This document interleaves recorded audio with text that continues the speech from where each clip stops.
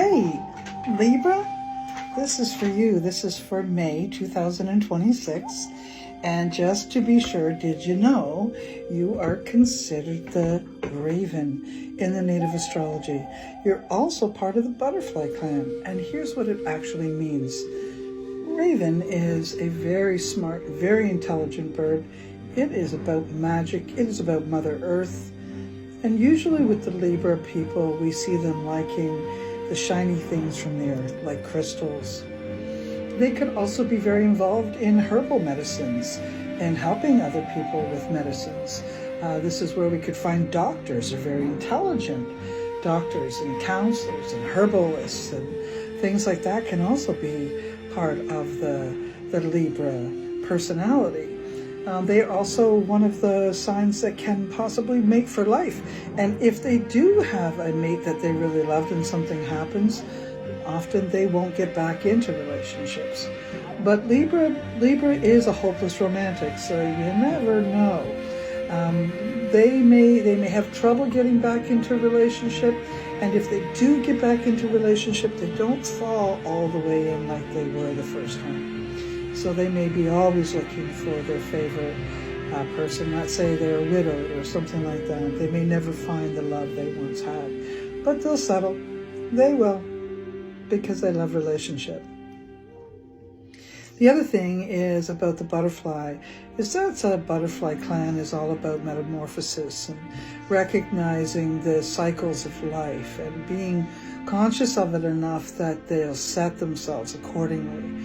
You know, the larvae stage, the caterpillar stage, the cocooning stage, and the coming out and renewed stage of butterfly.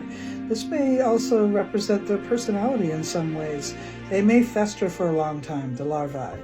They may crawl along and just sort of stick to their own things and not go too far and, just enjoy life and the summer energy caterpillar.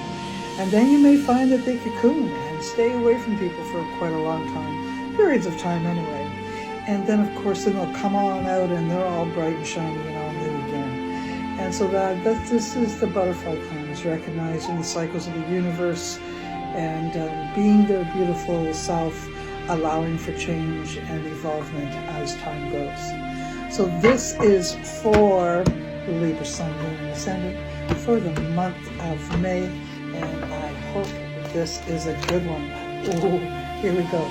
For those of you who have been struggling with some kind of health conditions, it does look like this month you may get back some of if you've been going through tests or anything like that, looks like you'll probably get back some of the reports. And some of you are going to end up with some fairly decent information. That's not too bad. Decent information.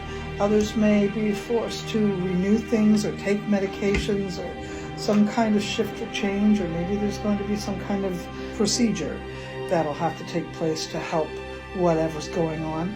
But I'm going to say the majority of Libras are in fairly good health, but some of you may have to deal with a little bit of that.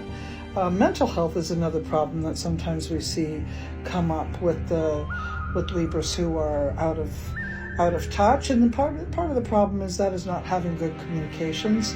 And if you're a Libra who's not in good communications, you may have some mental health issues that you'll have to deal with, or that you should be dealing with, okay?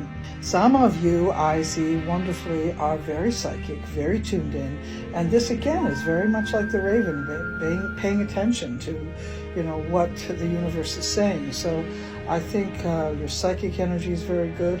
If there's been any kind of legal situation that you've had to deal with, or even procedures, like I was saying, or surgeries or anything like that, I see very good outcomes in that type of a situation. So that's a good thing.